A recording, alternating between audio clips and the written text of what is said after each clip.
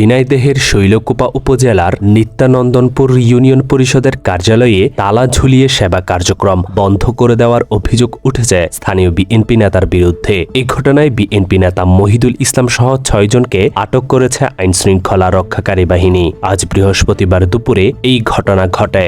দেশে আজ বৃহস্পতিবার সকাল ৮টা থেকে আগের ২৪ ঘণ্টায় ২ ডেঙ্গু রোগীর মৃত্যু হয়েছে। এই সময়ে মৃত্যু হয়েছে এক করোনা রোগীরও। চুয়াডাঙ্গার দর্শনা সীমান্তে ভারতীয় সীমান্তরক্ষী বাহিনী বিএসএফ দেশটিতে অবৈধভাবে বসবাসকারী ১৫ বাংলাদেশিকে বর্ডার গার্ড বাংলাদেশের কাছে হস্তান্তর করেছে। গোপালগঞ্জে জাতীয় নাগরিক পার্টির অনেকের জীবননাশের হুমকি ছিল বলে জানিয়েছে সেনা সদর। তারা বলেছে সেই ব্যক্তিদের জীবন বাঁচানোর জন্য সেনাবাহিনীর সহায়তা করেছে। আত্মরক্ষার্থে আইনশৃঙ্খলা রক্ষাকারী বাহিনী বল প্রয়োগ করতে বাধ্য হয়েছে। এখানে জীবন বাঁচানোই মূল লক্ষ্য ছিল, অন্য কিছু নয়।